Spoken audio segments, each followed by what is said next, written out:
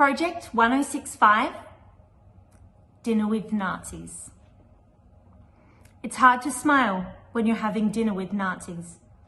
There were Nazis all up and down the long table, talking and laughing and eating. There were Nazi soldiers in their grey German army uniforms. There were SS officers, members of Adolf Hitler's private protection squadron, in their black uniforms and red armbands.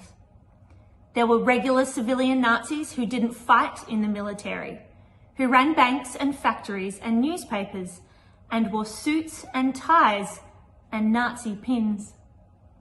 And then there was me, Michael O'Shaughnessy, wearing my brown long-sleeve shirt, black shorts, white knee socks, and black hiking boots, polished to a shine. And just like the SS, the most fearsome killers in all the land, I wore a red armband with a big black swastika in the center of it, the hooked cross symbol the Nazis plastered all over everything. I wore the uniform of the Hitler Youth, Germany's version of the Boy Scouts, because I was a Nazi too. Or at least I was pretending to be. More cake?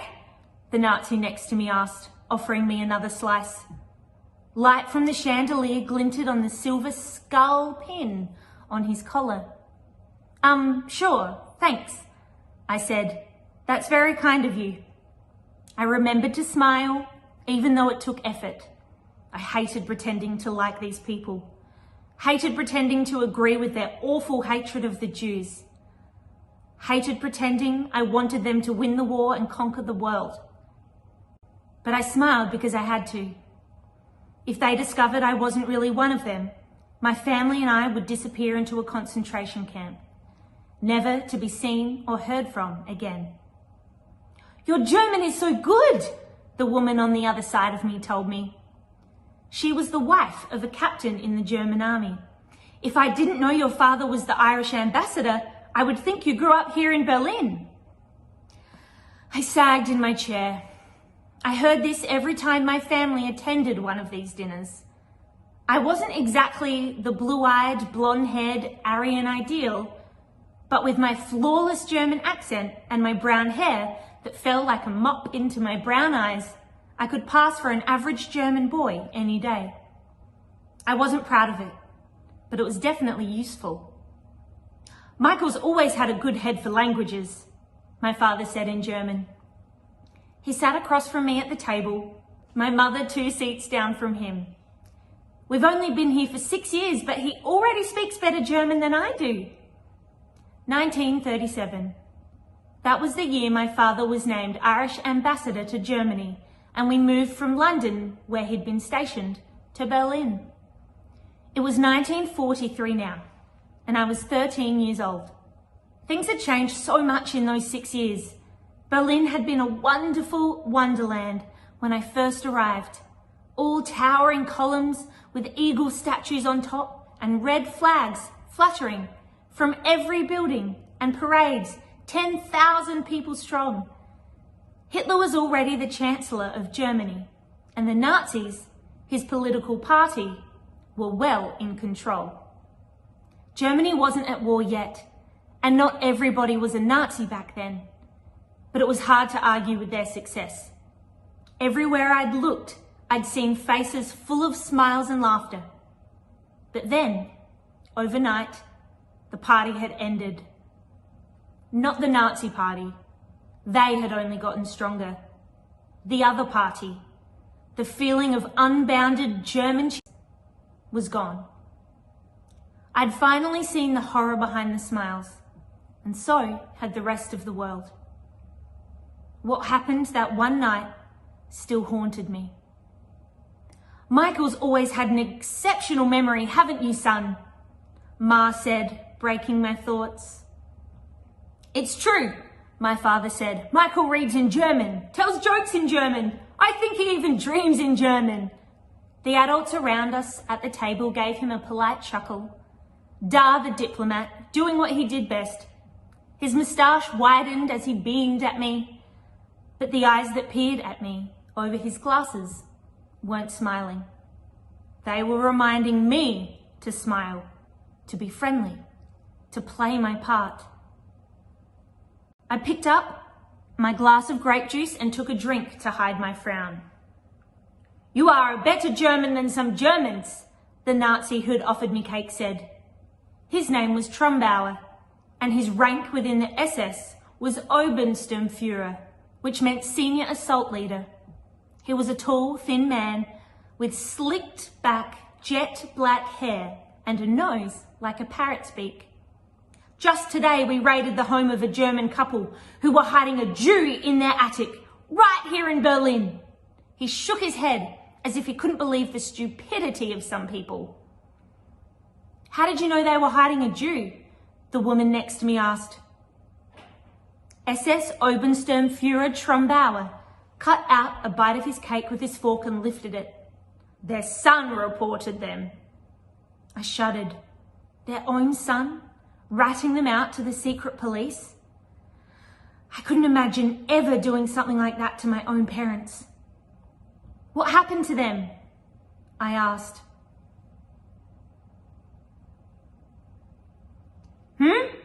SS Obersturmführer Trumbauer said, swallowing his cake.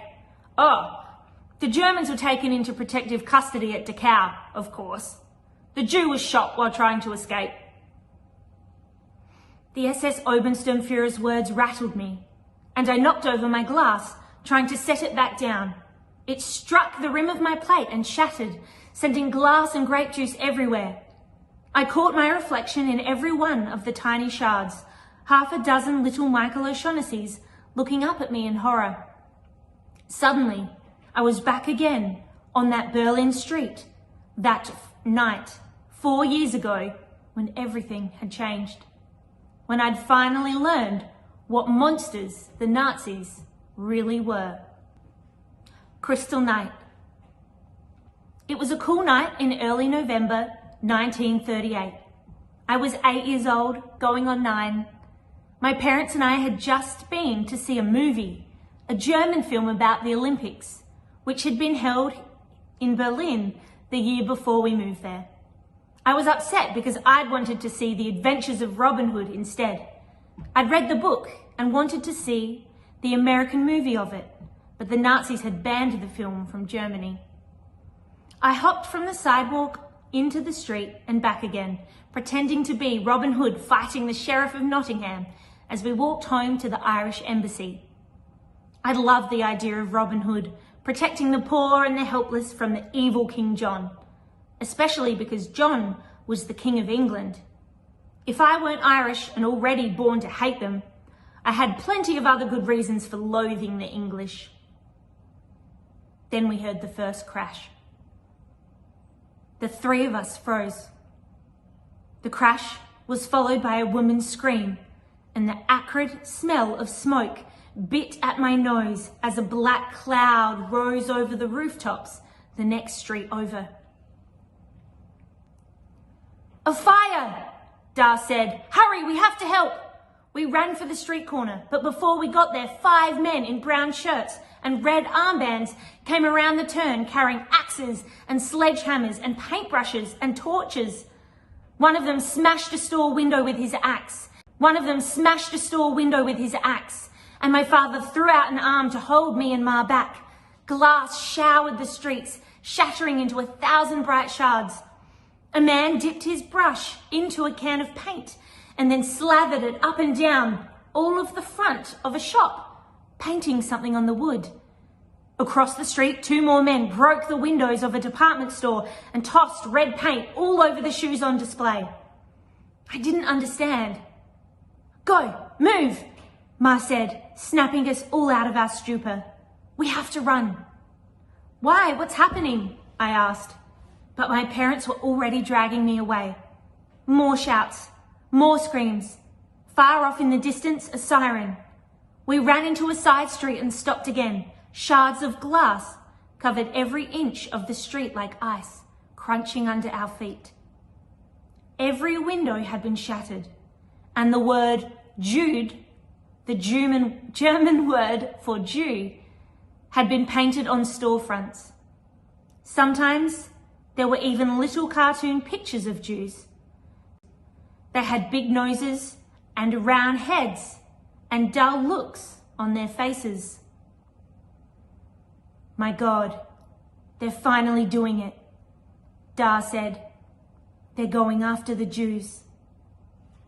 I didn't understand what he meant, but I was afraid. Men wearing plain clothes and carrying axes had broken down the door of a synagogue where Jewish people went to pray.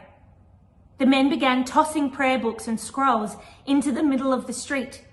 One of the men with a torch bent to set fire to the pile, and another man, a Jew I guessed, came running out of an apartment building nearby trying to stop him. The other men caught the Jew, and one of them struck him in the head with the wooden handle of his axe. The Jewish man dropped to the street, the broken glass clattering beneath him.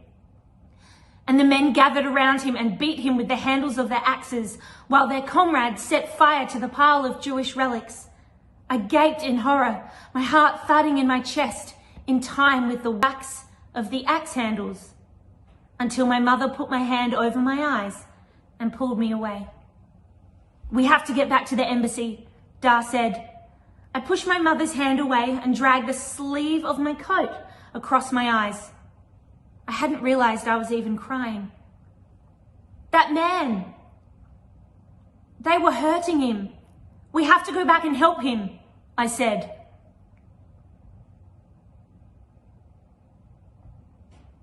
We can't, love, my mother whispered. She was crying too, I realized, and that scared me even more. Keep your heads down, Da told us. Keep your heads down and don't say anything or do anything. Every street we turned down was strewn with broken glass and filled with men carrying sledgehammers and axes. It was happening all over the city. Some of the rioters wore the brown shirts of the SA, the Sturmbüttel, the thugs of the Nazi Party. But more of them wore ordinary woolen trousers and suspenders and white work shirts with the sleeves rolled up. Regular citizens who wanted to run the Jewish people out of town. We were close to the embassy when we came upon a squad of Gestapo, Germany's secret police, loading men into a truck. At last, the police were rounding up the rioters. A Gestapo man stopped us and spoke to my father. I didn't know much German then, but I understood that he wanted to see our papers. He told us to stay where we were while he checked in with another officer. They're rounding up Jews, my father whispered, taking them to the labour camps. I frowned at the men being loaded into the truck. Why were Jewish people being arrested? The Jews were the one the Nazis were attacking. I wanted to shout at the police, tell them they were doing everything backward, to make them stop. But I was helpless. A little boy. I couldn't even speak their language. My mother grabbed my father's arm. Davin, there. A man across the street was trying to sneak away in the shadows. Ein Jude, Overshoot, Absenheim. The cry had come from above me. I looked up and saw a boy about my age hanging out of the window. The boy was yelling and pointing at the man across the street who was trying to get away.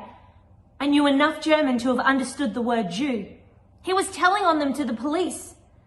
One of the Gestapo men saw the Jewish man trying to escape. He called out for him to stop, but the man ran. The Gestapo man pulled out his gun and fired. Bang, bang, bang! The shots rang loud in the street, drowning out my cry of no. The Jewish man arced wildly as one of the bullets hit him, and he stumbled forward into one of the shattered storefronts, falling face first at the feet of mannequins splashed red with paint. A sharp piece of broken glass poked up through the back of his shirt, stained red with his blood. He was dead. No, I cried again, but my mother pulled my face to her coat to muffle my screams. I pushed and fought to get away, but she was too big, too strong. I didn't know what I was going to do if I got free. I just wanted to do something, anything. The Gestapo man with our papers walked back over to us, crushing shards of glass under the heel of his boot. I stopped struggling and held my breath. What if they took us away too? What if they shot my mother, my father? The Gestapo man said something in German. He must have told us our papers were in order because Dad dragged us away. We held one another close, stepping over the glass. I kept my eyes on the ground where I saw my reflection in each and every one of the shards of glass. Hundreds of little Michael O'Shaughnessy's looking back at me in despair. We have to do something, I whispered. We are doing something, Da told me. What? What are we doing? I asked. We're just running away. Da and Ma exchanged looks. We have jobs, Michael, roles to play here, Ma said, important ones. And if we fight these people right here and now, we can't do those jobs anymore. What? You mean being ambassadors? What good is that when people are dying? We're not only ambassadors, Michael, Ma whispered. We have another mission, a secret mission. Megan, Da said warningly. If he's going to share in the danger, he should at least know the truth of it, Ma said. Da sighed and gave in. And that's when they told me their secret. Our secret. Right there on a Berlin street, in the middle of what later came to be called Crystal Night. The night of broken glass.